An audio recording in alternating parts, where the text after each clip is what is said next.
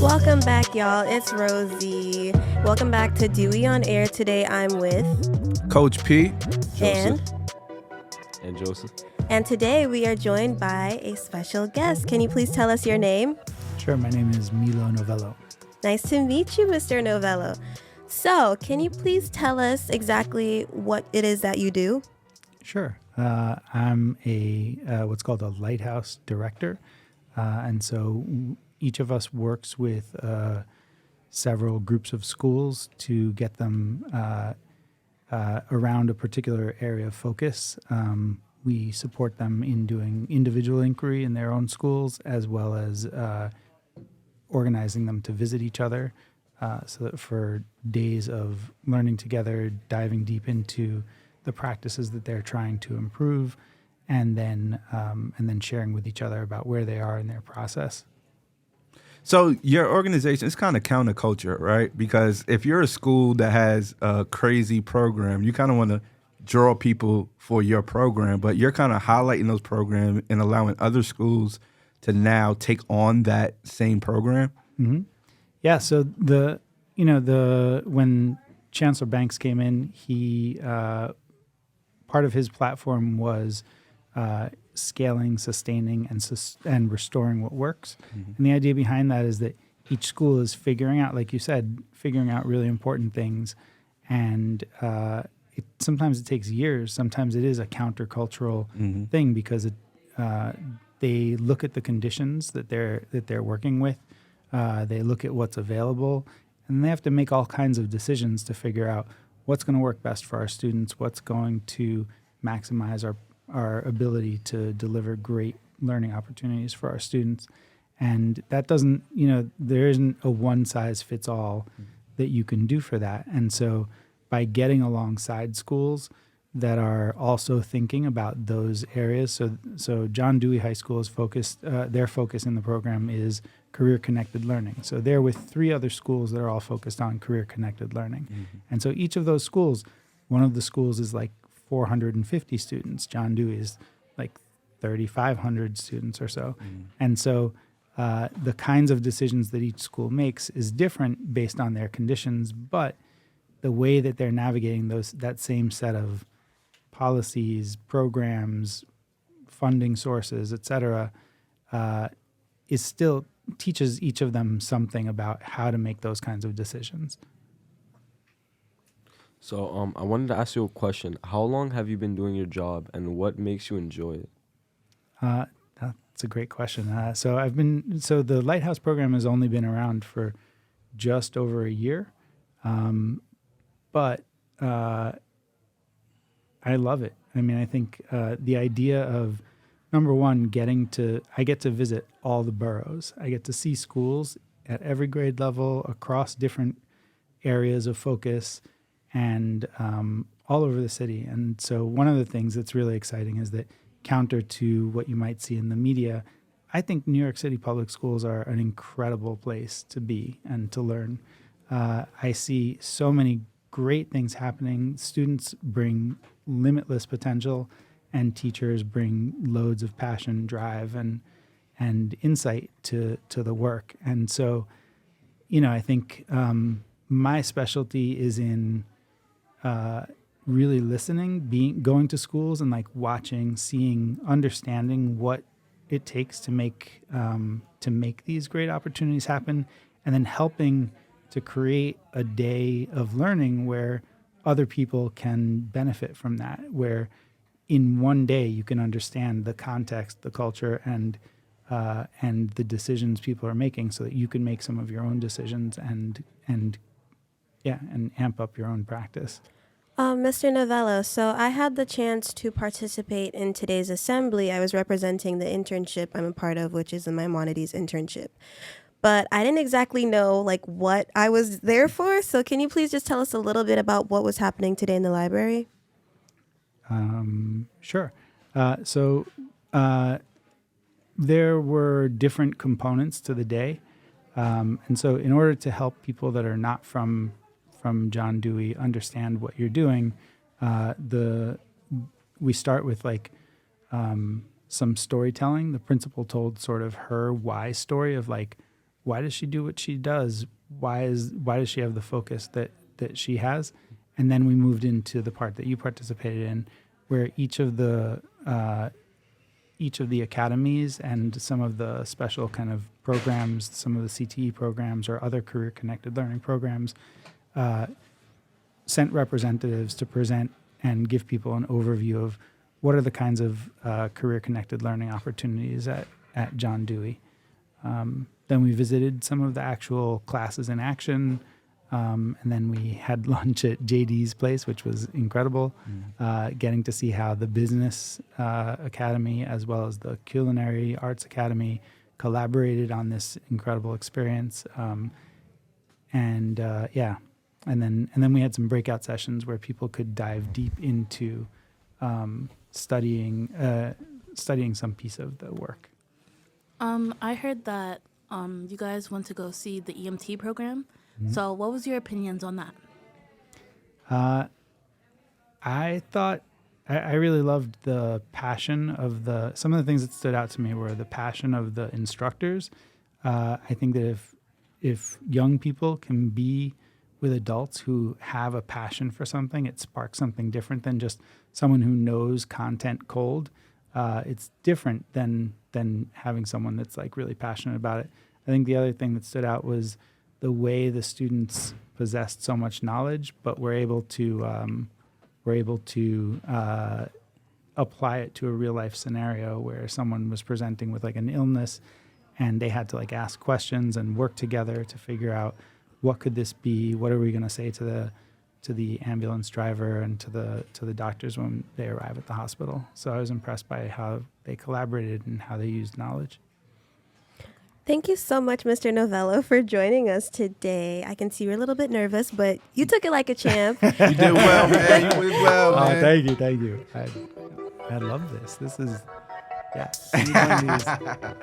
That's good. Good job.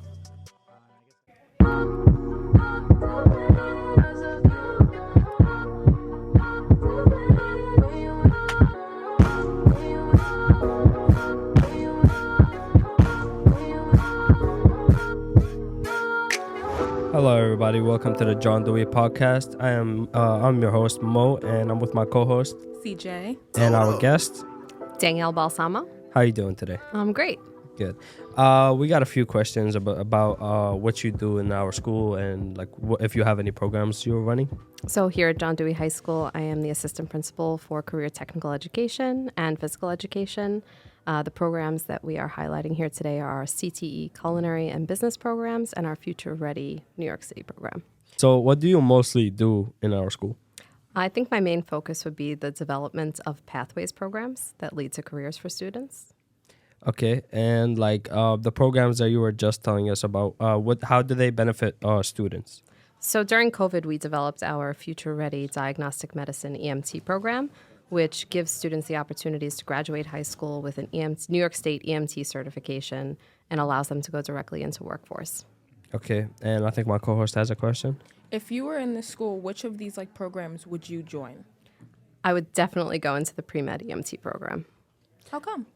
I think for me, I've always been interested in medicine. It was kind of what I followed even growing up. And then in college, I decided to major in it. I was licensed as a cardiac therapist. And then I realized that I wanted to become somebody in the schools. And when I started education, science was always a strong background for me. So that's why I'm most interested in it. Okay.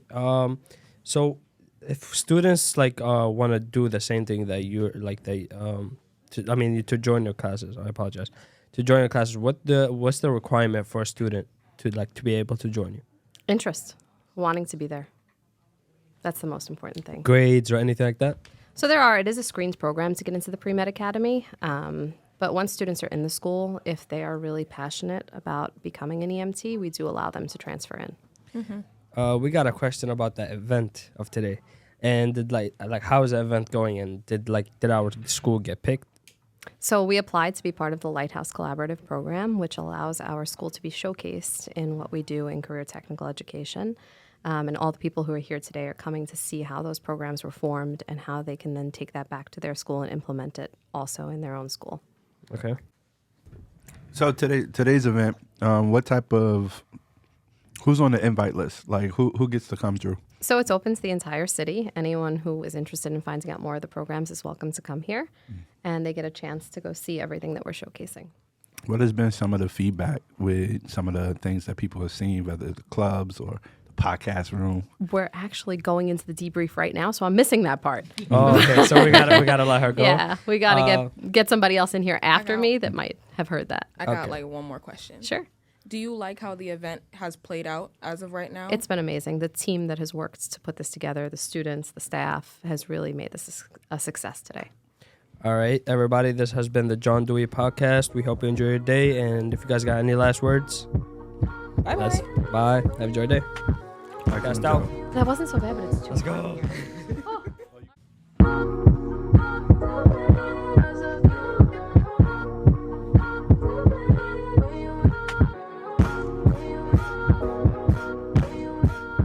Good morning, everybody. This is a John Dewey podcast. I'm here with my co-host Coach P.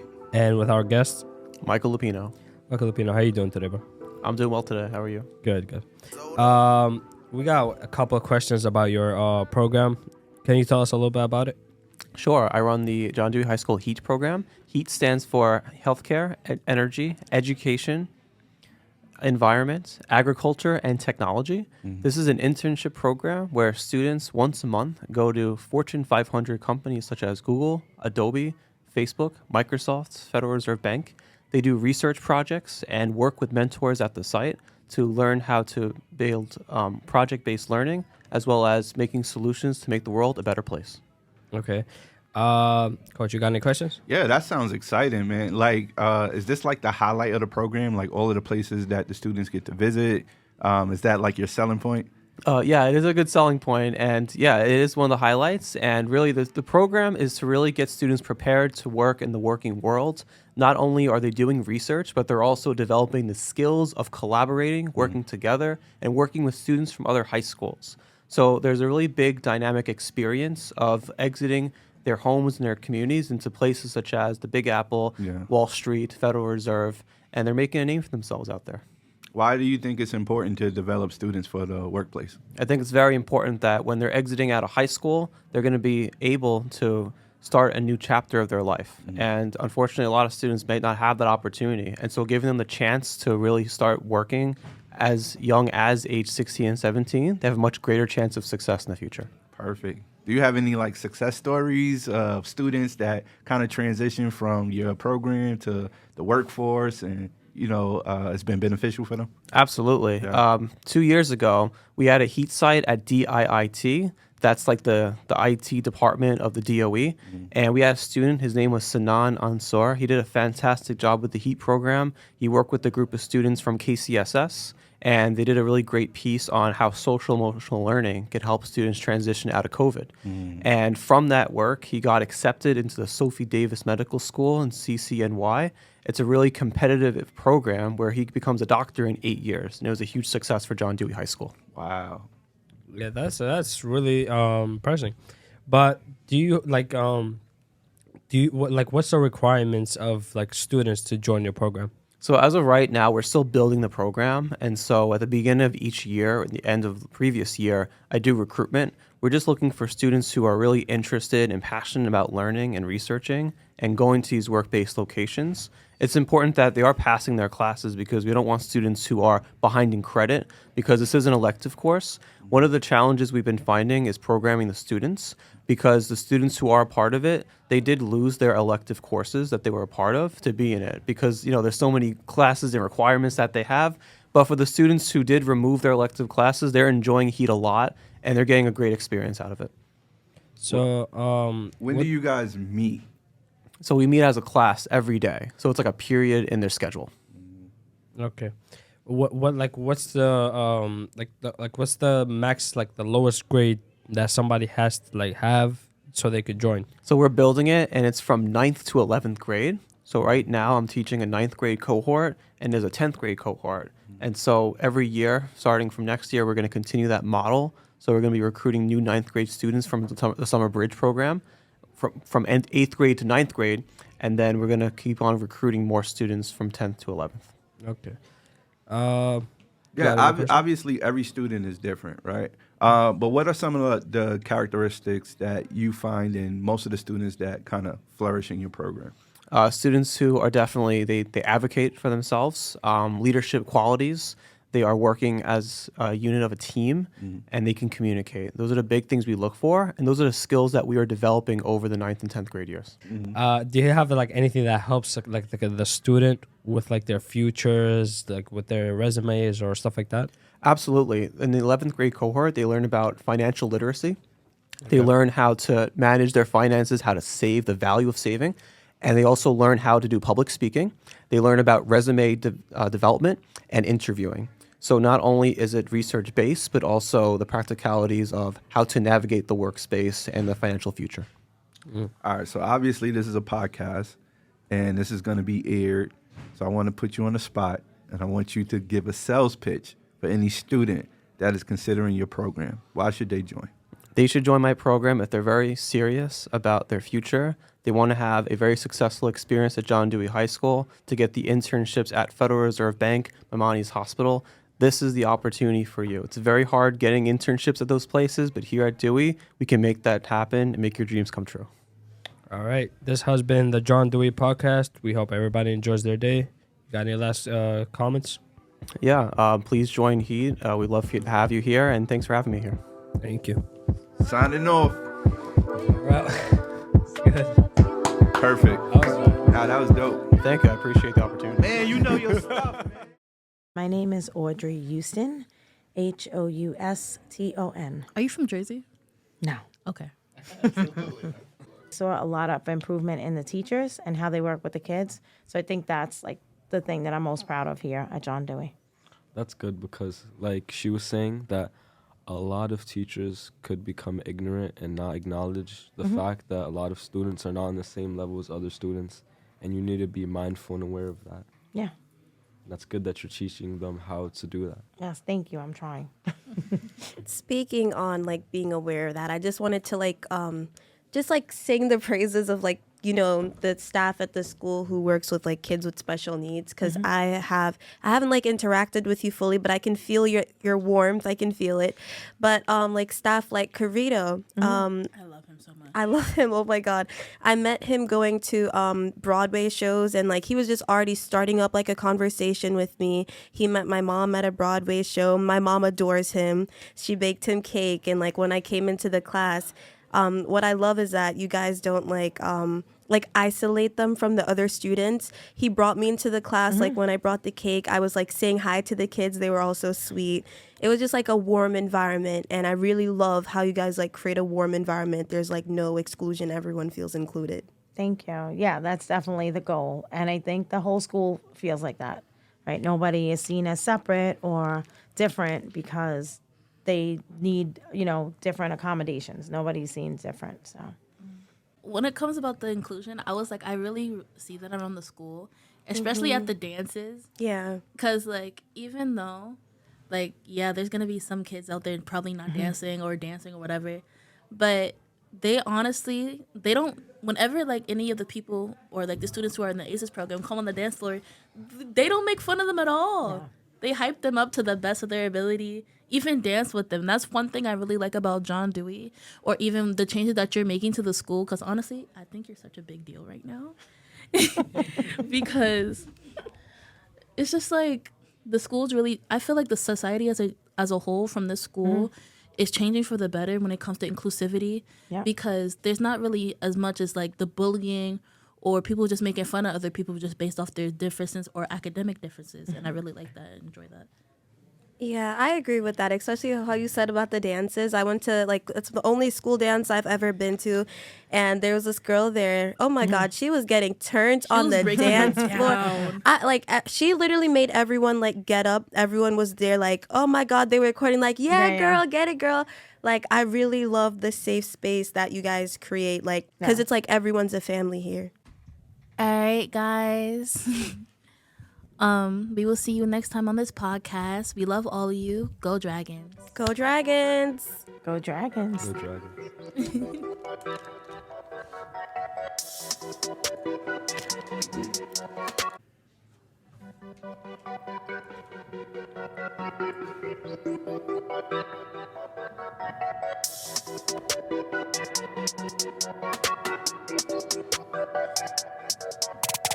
Okay, welcome back, my fellow dragons. Today I'm with my co-host, Bo King. and today we're introducing these two wonderful people. Jennifer McDonald. And Brian Wilco. okay, so Miss McDonald, Yes. what was your role in this program? Today, Dewey hosted a number of administrators from other high schools on the island to introduce them to our career and technical education programs. And I am the program coordinator for the school's EMT, or Emergency Medical Technician program. I'm in that class. Hey. I also have a question for you. I do understand you have your own room upstairs in the 3rd floor. Who decorated it? Me. Because every time I walk past, I'm like, she got this whole room is decked out with every decoration you could possibly think of. I do. You I've been did a that? teacher. Yeah, I've been a teacher a long time, and Oh my god. I'm in the room all day, so I like for it to be entertaining and pleasing to me. But also, a lot of the material that's up there is stuff that's useful for the course. So is your class basically like a program, or is it like a class that like a usual student can like get grades from? It's kind of both. So students who are in the EMT program get grades the way you would for math or social studies or anything else. But successful completion of the course provides students the opportunity to take a New York State certification test to become an emergency medical technician, the people who work on ambulances. And once they get their certification, they can go the next day and apply for a job. So for students, like we're gonna move on to him after this question, but for students that want to join your program, what's their grades gotta look like? It's not so much about grades. More so, really now, it's because it's the year 4 program in the pre-med academy. So all the students in the class are in the pre-med academy, but we're hoping to open it up to students who are outside of pre-med. And we do apologize about the noise. There are some people moving around out there. You got a question? Kind sir, what was your role in this Lighthouse program? I am the managing partner of Staten Island Emergency Medical Training, which is the core sponsor to the John Dewey High School Emergency Medical Training Program. Oh wow, so you're such a big deal, sir. How is that event going on for both of you right now? Like, how do you feel about it? This was a worthwhile event. I was able to speak to other schools that are interested in trying to put together or mimic the John Dewey program. And for you, how's that event going on? It was good. It was nice to talk to other teachers who are interested in the program. I've been an EMT for almost 30 years now, and Brian even longer than that. As a matter of fact, he was one of my instructors when I was an EMT student. But it's really nice to see other schools interested in a profession that is so near and dear to my heart. So to join, like to be an EMT, is there like big requirements from like students, or any students struggle to join it? In the program or after they finish? After they finish the program. No, there's actually an incredible EMT and paramedic shortage right now across the country. So getting a job is easier now than it has been in a really long time. Okay, that's good. You had something to say? So this whole event is technically this was like a collaborative event that allowed other schools to integrate what's in Dewey into their schools. Yes. Oh, okay. Yep. Yeah, Dewey's kind of fortunate in that we have a variety of career and technical education programs. It's not just, we're not just a one-trick pony. How many students did you did you think were gonna like apply to actually join the EMT? Well, our first year we had 17. Our second year we had 21. Now we're up to 36, and it's likely the class will be even bigger next year. So how much do you think how many out of the 36 of last year actually like made it through? Well, I haven't had an issue with students making it through the program successfully here. Whether or not they have gone on to take the state certification exam, that's up to them. For the last thing is we want to give you the option to just talk about both like what you guys do and if you guys have any programs for students to join, and like just tell them about the programs so that if they want to join them. What do you mean? You mean after school? Yeah. Yeah, if there's any. Upon completion of the EMT program and graduating high school, you can apply for an emergency medical technician position either in a private ambulance company, or you could even apply for the city, the fire department, city of New York, and become an EMT. Okay. And a lot of EMTs go on to be paramedics, or in Brian's case, he's a physician assistant. Lots of EMTs I know have become doctors and respiratory therapists and have gone on to get their, PhDs and lots of other degrees. It's a fantastic way to get your foot in the door in healthcare. And it teaches you a lot of really important life skills. So I wouldn't tell anybody not to do it. Okay. This has been the John Dewey podcast. I hope everybody enjoys their day. And do you guys have any last words? No, thanks for having us. All right. Enjoy your day. Goodbye, my fellow dragon. Cut out. That was good.